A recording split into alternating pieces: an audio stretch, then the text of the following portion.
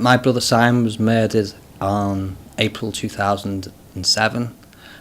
He was found in an alleyway at the side of where he was living in Argyle Street in Birkenhead.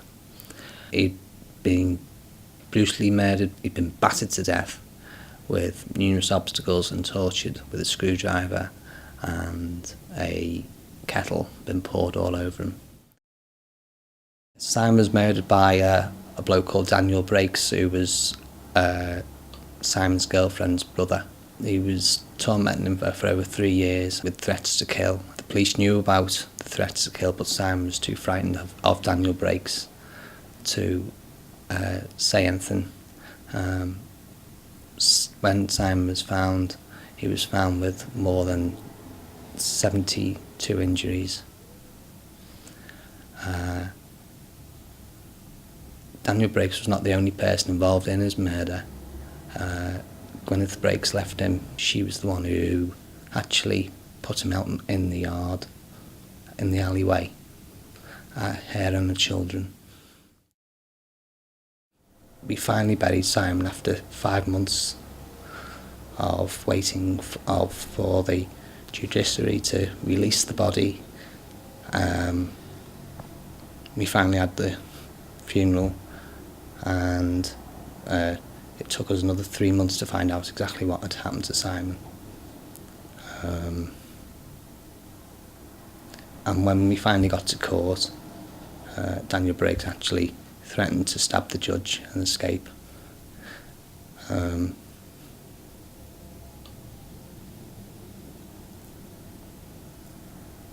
But I do believe that his sister was more involved in it as well, and his family and their family.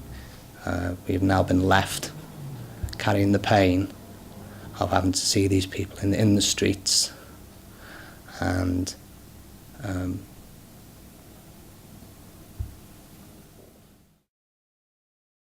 what we've been left with now is we've still got to bury Simon. I've still got his ashes in my house. My mother's never be the woman she was.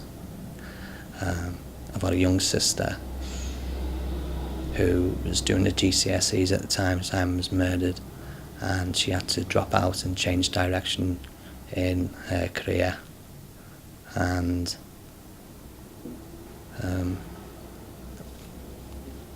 I've helped put my pain into families fighting for justice, and that's how I get my